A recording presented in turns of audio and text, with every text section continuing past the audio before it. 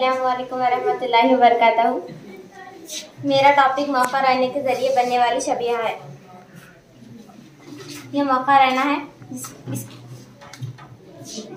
इसके दरमियान ये दरमियान में पतला होता है, इसके किनारे मोटे होते हैं। जब हम शय को ला इंतहा पर रखेंगे तो बनने वाली शबिया प्रिंसिपल फोकस पर होगी और ये हकीकी और उल्टी होगी। हकीकी यानी जिसे हम पर्दे पर ले सकते हैं, और ये बेहद तफरीक शुद्धा नुक्ते के बराबर होगी।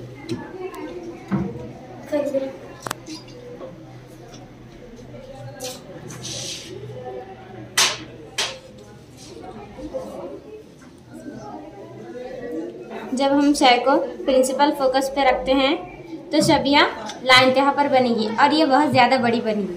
शुक्रिया। इसका इस्तेमाल गाड़ियों के हेडलाइट्स में होता है और ये छोटी शबिया को, छोटी चीज़ को बड़ी शबिया में बताती है, और ये डॉक्टर दांतों के इलाज के दौरान भी इस्तेमाल करते हैं इसको।